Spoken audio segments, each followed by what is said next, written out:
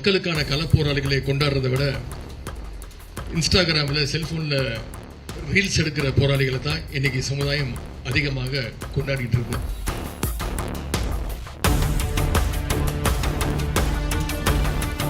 என்னைக்கு நீட் முதலா வந்துச்சோ அன்னையிலிருந்து திராவிட முன்னேற்ற கழகம் அதை எதிர்த்து கொண்டுதான் இருக்கின்றது.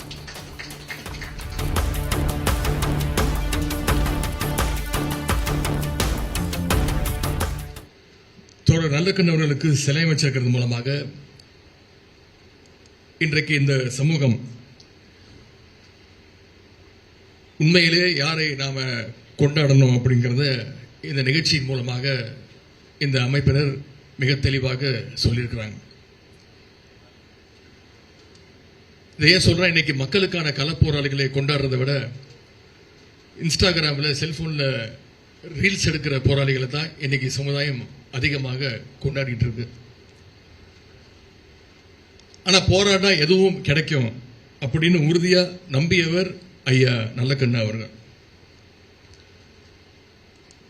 அதற்கு ஒரு மிகச்சிறந்த உதாரணம் சமீபத்தில் நடந்த பாலன் இல்லத்தில் நடந்த டெல்லியில் நடந்த நீட் விலக்கு போராட்டம்.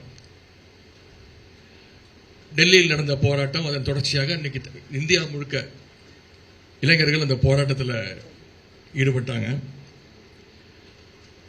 ஆனா நீட் எதிர்ப்பு போராட்டம் அப்படிங்கிறது தமிழ்நாட்டுக்கு புதுசு கிடையாது. என்னைக்கு நீட் முதலா வந்துச்சோ அன்னையிலிருந்து திராவிட முன்னேற்ற கழகம் அதை எதிர்த்து கொண்டுதான் இருக்கின்றது. குறிப்பா எங்களுடைய திராவிட முன்னேற்ற கழகத்துடைய இளைஞர்களின் சார்பாக நீட் தேர்வை ரத்து செய்யணும்னு பல போராட்டங்கள் நடத்தியிருக்கிறோம். உண்ணாவிரத போராட்டம் நடத்தியிருக்கிறோம், ஆர்ப்பாட்டம் நடத்தியிருக்கிறோம், கையெழுத்து இயக்கம் நடத்தணும். கிட்டத்தட்ட 80 லட்சம் கையெழுத்துக்களை பெற்றோம். பைக் ரேலி அப்படின்னு பல்வேறு நீட் ஒழிப்பு போராட்டங்களை திராவிட முன்னேற்ற கழகம் நடத்தியிருக்கு. அது மட்டும் இல்லை, எங்களுடைய அரசு அமைஞ்ச பொழுது 2021ஆம் ஆண்டு கழக அரசு அமைஞ்ச உடனே நீட் பாதிப்பை கண்டறியத்துக்கு ஓய்வு பெற்ற நீதியரசர் திரு ஏ.கே. ராஜன் தலைமையில் எங்களுடைய அப்பொழுது தலைவர் முதலமைச்சர் அவர்கள் ஒரு கமிட்டியை அமைச்சார். அந்த கமிட்டி தமிழ்நாடு முழுக்க மாணவர்களை சந்திச்சு, பெற்றோர்களை சந்திச்சு, ஆசிரியர்களை சந்திச்சு, கல்வியாளர்களை எல்லாம் சந்திச்சு ஒரு பரிந்துரையை அரசு கொடுத்தாங்க. அந்த பரிந்துரையின் அடிப்படையில் நீட் விலக்கு வேணும்னு ஒரு சட்ட முன்வடிவை எங்களுடைய கழக தலைவர் முதலமைச்சர் அவர்கள் கொண்டு வந்தாங்க. அதற்கு ஆளுநர் ஒப்புதல் கொடுக்கல.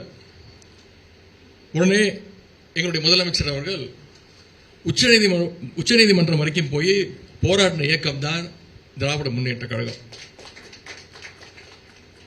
டெல்லியில் நீட் குளறுபடிக்கு எதிராக நடந்த அந்த போராட்டம் இன்னைக்கு முடிஞ்சிருச்சு. ஆனா முடிஞ்சிருச்சுன்னு நான் நினைக்கல. இன்னைக்கு தான் அந்த போராட்டம் ஆரம்பிச்சிருக்கு அப்படிங்கிறது தான் என்னுடைய எண்ணம். நீட்டை முற்றிலும் ஒழிப்பதற்கான தொடக்கமாகத்தான் நான் இந்த போராட்டத்தை பார்க்கிறேன்.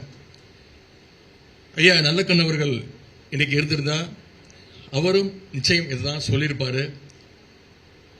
ஐயா நல்லக்கண்ணு அவர்கள் எந்த அளவுக்கு எளிமைக்கு சொந்தக்காரரோ அதே அளவுக்கு போராட்ட குணத்திற்கும் அவர் சொந்தக்காரர். அப்படிப்பட்ட ஐயா நல்லக்கண்ணு அவருடைய சிலையை திறந்து வைக்கிறது என்னுடைய வாழ்நாள் பெருமையாக நான் கருதுகின்றேன். இங்கே தோழர் பகு அவர்கள் சொல்லும்போது குறிப்பிட்டு பேசினார். இந்த நிகழ்ச்சிக்கு திராவிட முன்னேற்ற கழகத்துடைய சட்டமன்ற உறுப்பினர் இளைஞரணி செயலாளர் வருகிறார். தோழர் வீரபாண்டியன் அவர்களும் வருகிறார். பல்வேறு இடங்களிலிருந்து தொலைபேசி அழைப்புகள், விசாரிப்புகள். ரொம்ப பாலிஸ்டா சொன்னார், ஏதாவது உள்ளர்த்தம் இருக்குதா அப்படின்னு. என்கிட்ட வந்தோடனே ஓப்பனாகவே சொன்னார். நிறைய பேர் ஃபோன் பண்ணி கேட்டாங்க, சார் குதிரை பேரம் நடத்துறீங்களா நாளைக்கு நிகழ்ச்சியில் அப்படின்னு. உண்மையாகவே குதிரை பேரம் எங்கே நடக்குதுன்னு உங்களுக்கு தெரியும், வந்ததுக்கு என்னை விட உங்களுக்கு நன்றாகவே தெரியும். இங்கே தோழர் வீரபாண்டியன் அவர்கள் வந்திருக்கிறார். வந்தோடனே என்கிட்ட பேசிக்கிட்டு இருந்தார். தலைவர் எப்படி இருக்கிறாங்க, தந்தையார் எப்படி இருக்காங்கன்னு கேட்டார். அவர் குறிப்பிட்டது போல எப்பொழுதும் போல தோழமை உணர்வோடு தான் இங்கே அவர் வந்திருக்கிறார் என்று நான் நம்புகின்றேன்.